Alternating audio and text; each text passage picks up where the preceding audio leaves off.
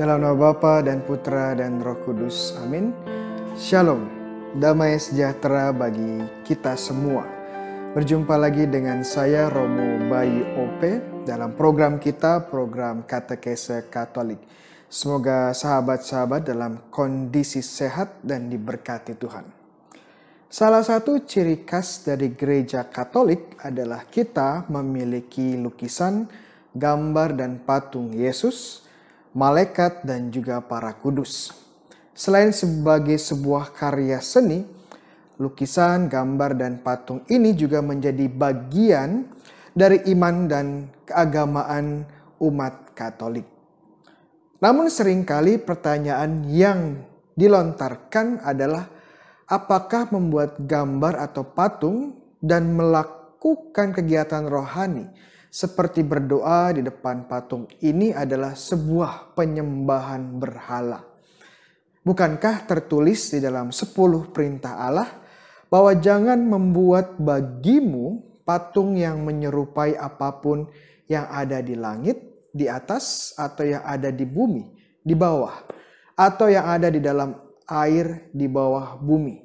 Jangan sujud menyembah kepadanya atau beribadah kepadanya. Sebab aku, Tuhan Allahmu adalah Allah yang cemburu. Keluaran 20 ayat 4-5. Lalu apakah kita sebagai orang Katolik membuat gambar, lukisan dan patung sama saja dengan membuat berhala? Orang Katolik kita semua secara naluriah akan menjawab tentu saja tidak.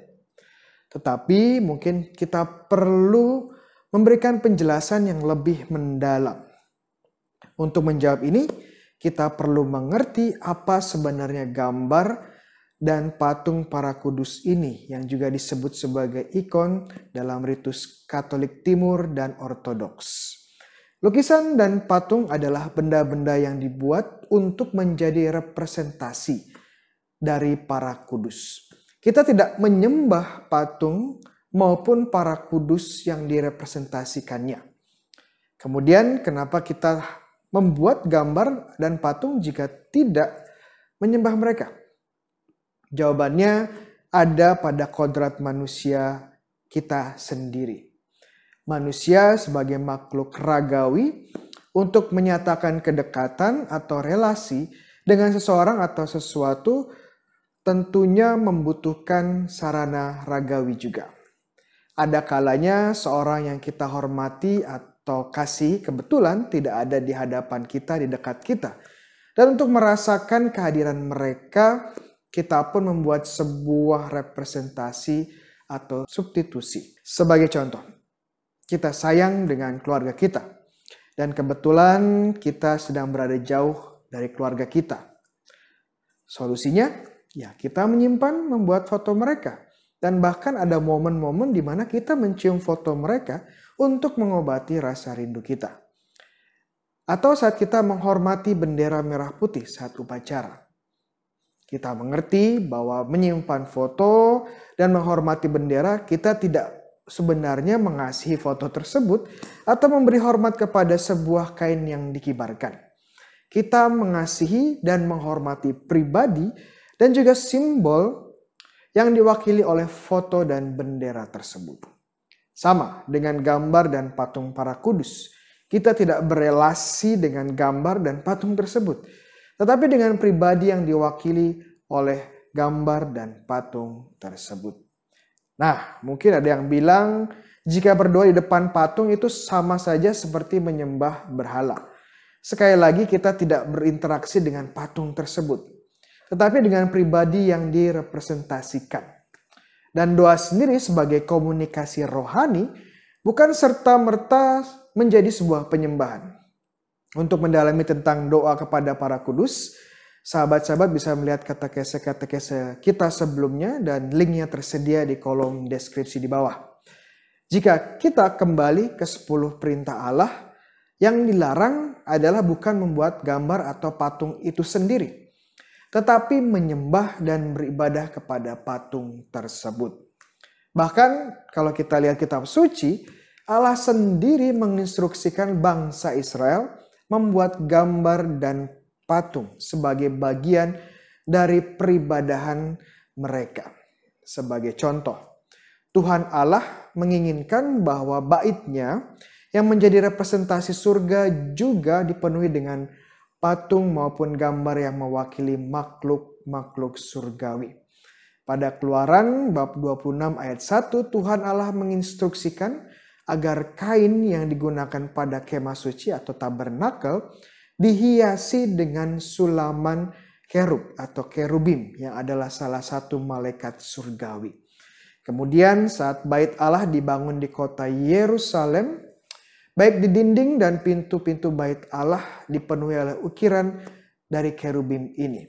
Kita lihat di 1 Raja-Raja bab 6 ayat 29 sampai 35. Patung juga menjadi bagian penting dari kemah suci dan bait Allah.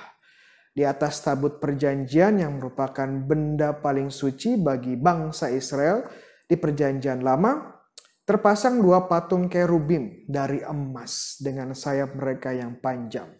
Keluaran 25, 18 sampai 20. Kemudian di ruangan paling suci di bait Allah terpasang patung kerub atau kerubim raksasa.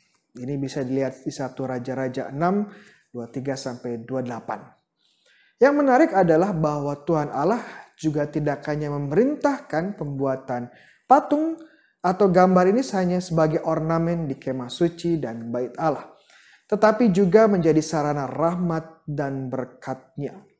Contoh yang paling jelas adalah di buku Bilangan bab 21 ayat 6 sampai 9. Saat bangsa Israel menderita karena serangan ular tedung, Musa diperintahkan oleh Tuhan Allah untuk membuat sebuah patung ular tembaga di sebuah tiang. Mereka yang memandangnya akan hidup dan sembuh. Tentunya patung tembaga ini sendiri tidak memiliki kekuatan apapun untuk menyembuhkan mereka yang terkena bisa maut dari ular tedung.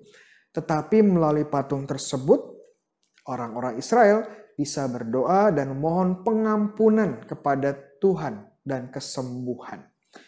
Bagaimana sebuah benda atau patung digunakan Tuhan sebagai sarana untuk keselamatan. Baru kemudian setelah bangsa Israel menjadikan patung ular tembaga tersebut sebagai sembahan, nah baru patung tersebut dihancurkan. Lihat di 2 Raja-Raja 18 ayat 4. Benar bahwa kitab suci berbicara tentang gambar dan patung para malaikat, binatang dan tumbuh-tumbuhan, dan tidak secara eksplisit mengatakan patung atau lukisan para kudus. Tetapi kita tahu bahwa para kudus adalah saudara-saudara kita yang sudah bersatu secara sempurna dengan Allah di surga. Oke, dan jika sekarang mereka adalah penghuni surgawi sama seperti para malaikat-malaikat, membuat gambar dan patung para kudus dalam konteks keagamaan dan juga sebagai sarana kedekatan rohani di dalam Tuhan menjadi sesuatu yang wajar dan berbasis Alkitabiah. Mari kita dengarkan apa yang gereja ajarkan tentang hal ini.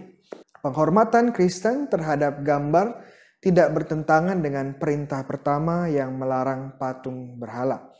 Karena penghormatan yang kita berikan kepada satu gambar menyangkut pribadi sejati di baliknya. Penghormatan kita berikan kepada gambar-gambar adalah suatu penghormatan yang hikmat, bukan penyembahan. Penyembahan hanya boleh diberikan kepada Allah. Demikian kata kisah kita pada kali ini, dan jangan lupa untuk follow IG kita dan subscribe YouTube channel kita, dan untuk mendapatkan video-video berikutnya. Jika teman-teman merasakan video ini bermanfaat, jangan lupa untuk di-share, dan bagi teman-teman yang punya pertanyaan dan komentar, jangan lupa untuk menulisnya di bagian kolom. Tuhan sertamu. Kita semua diberkati oleh Allah yang Maha Kuasa, Bapa, Putra, dan Roh Kudus. Amin.